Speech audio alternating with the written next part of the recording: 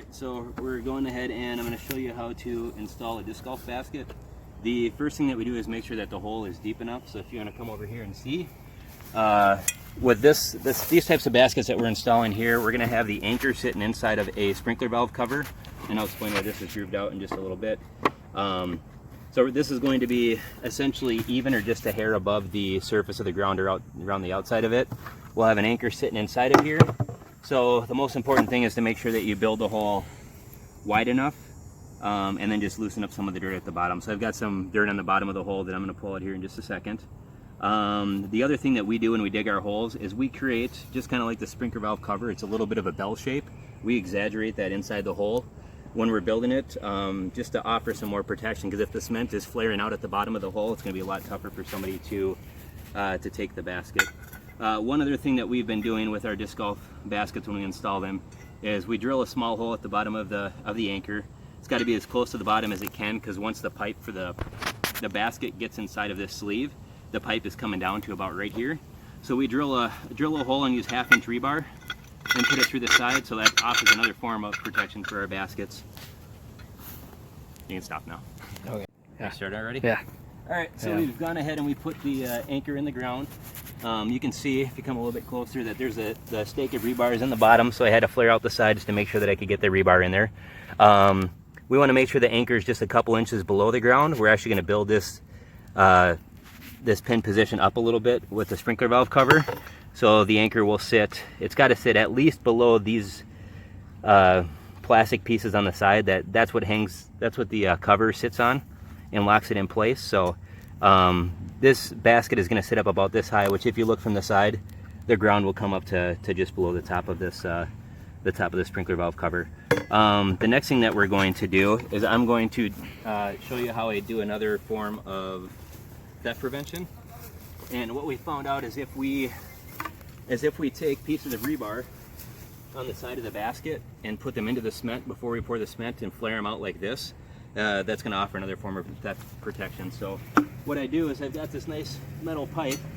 I usually grab an angle offset perpendicular to the piece that's in there with the anchor, and I just go ahead and slam this into the ground at an angle until it actually gets into the hole that we've dug. Then what I do is I just take the piece of rebar, and you can buy this in 2.5-foot lengths at Menards, Home Depot, whatever your home improvement store is, and that goes into that hole. It comes all the way down here into the pit, and I can move that around just a little bit.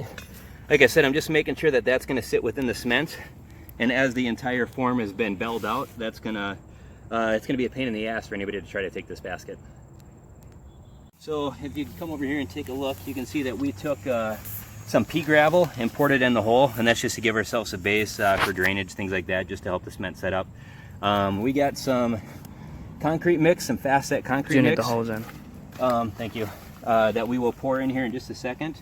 The one other thing that we do on our baskets is we've been putting a drain hole inside of them. So we install it, and then later on I'll come back and I'll cut it down so it's at the right surface at the height of the cement. But the drain hole is just to help any water move off to the side, just for drainage. So just kind of poking that out there. That should probably be good right there. So I'm going to go ahead and start pouring in the cement. At the beginning, I'm not as worried about it because we're just trying to get it in there as a base.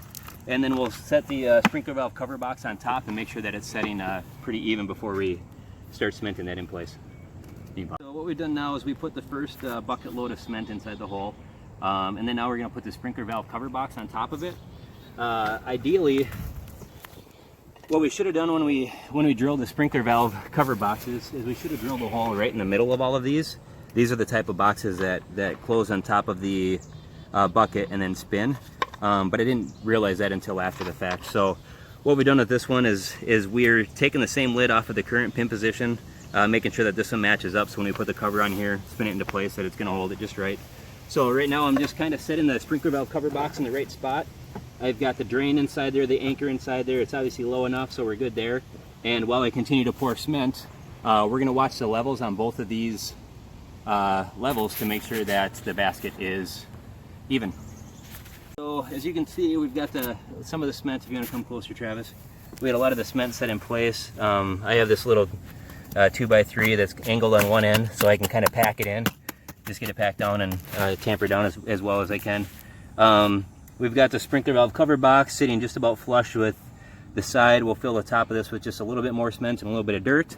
You can see the levels are perfectly level right now, so we'll just keep an eye on it while it's setting up. The inside of the basket, if you want to take a look, inside of the basket, we didn't fill it up all the way with cement.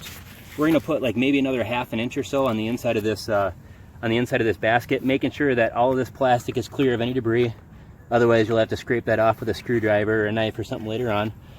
There's plenty of room for me to put the lock on there to lock everything in place.